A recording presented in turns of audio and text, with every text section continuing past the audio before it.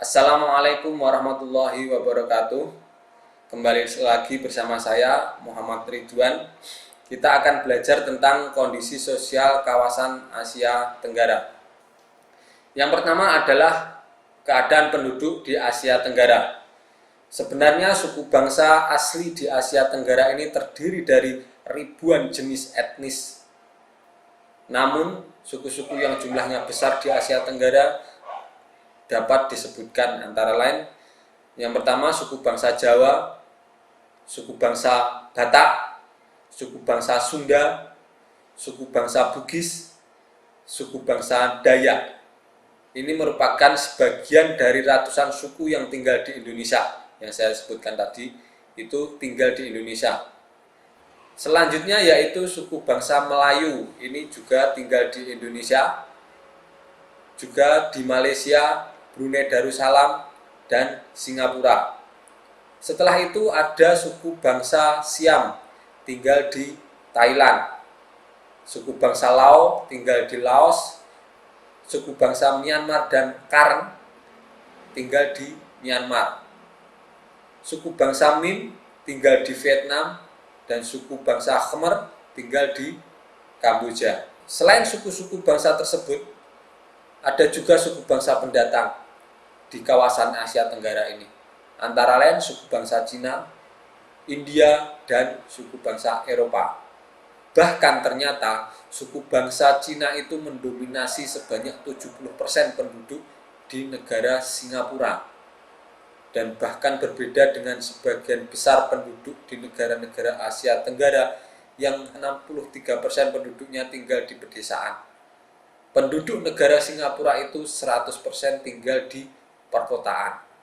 Kalau Brunei Darussalam itu 67% penduduknya tinggal di perkotaan, dan Malaysia 57% penduduknya tinggal di perkotaan. Yang kedua adalah kegiatan ekonomi.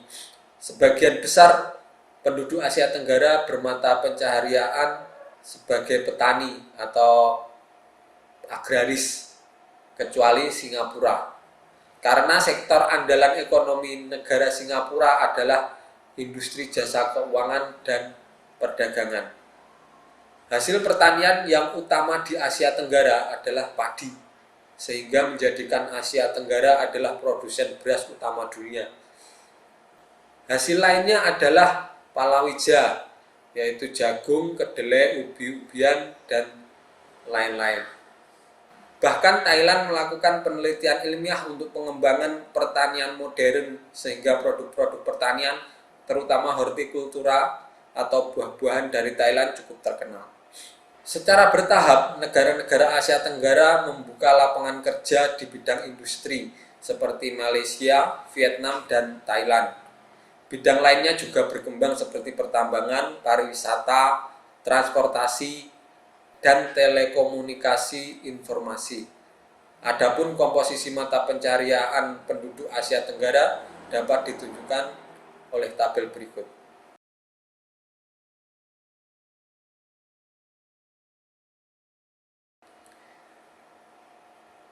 Ketiga, awal pembentukan kerjasama di kawasan Asia Tenggara. Negara-negara Asia Tenggara membentuk kerjasama dan mendirikan organisasi yang bernama ASEAN atau Association of Southeast Asian Nations atau Perhimpunan Bangsa-Bangsa Asia Tenggara atau Perbara. ASEAN ini terbentuk berdasarkan Deklarasi Bangkok pada tanggal 8 Agustus 1967 yang ditandatangani oleh 5 Menteri Luar Negeri, yaitu yang pertama Sinnathamby Rajaratnam atau S. Rajaratnam dari Singapura, Narcisco Ramos dari Filipina, Tun Abdul Razak dari Malaysia, Adam Malik dari Indonesia, dan Thanat Khoman dari Thailand. Dulu waktu saya masih SD, saya diberitahu cara menghafalkan 5 negara pelopor ASEAN ini, yaitu dengan cara menyingkatnya. Yang pertama, Singapura disingkat SI. Yang kedua, Filipina disingkat VILA. Yang ketiga, Malaysia disingkat MA. Yang keempat, Indonesia disingkat IN, dan yang kelima, Thailand disingkat Thai. Jadi kalau dibaca, si Villa main Thai.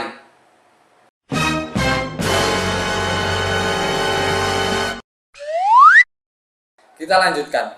Setelah kelima negara tersebut mendirikan ASEAN pada tahun 1984, tepatnya pada tanggal 7 Januari, Brunei Darussalam jadi anggota pertama ASEAN di luar kelima negara tersebut.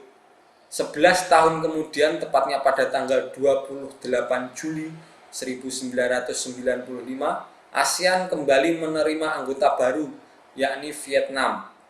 Disusul 2 tahun kemudian oleh Laos dan Myanmar pada tanggal 23 Juli 1997. Dan akhirnya pada tanggal 16 Desember 1998, Kamboja pun ikut bergabung menjadi negara anggota ASEAN.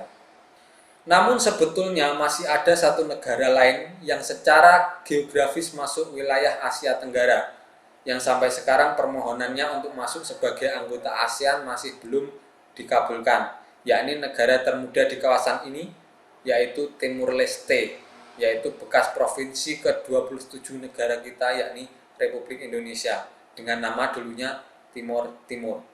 Sebetulnya sudah sejak 2011 Timur Leste mengajukan permohonan secara resmi, tapi menunggu proses asesmen atau penilaian dari tim penilai untuk melihat kesiapan negara tersebut.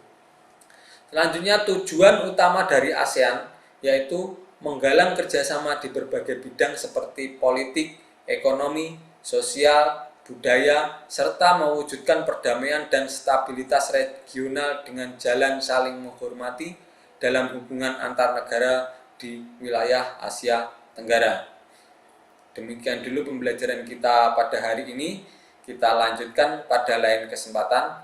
Cukup sekian. Wassalamualaikum warahmatullahi wabarakatuh.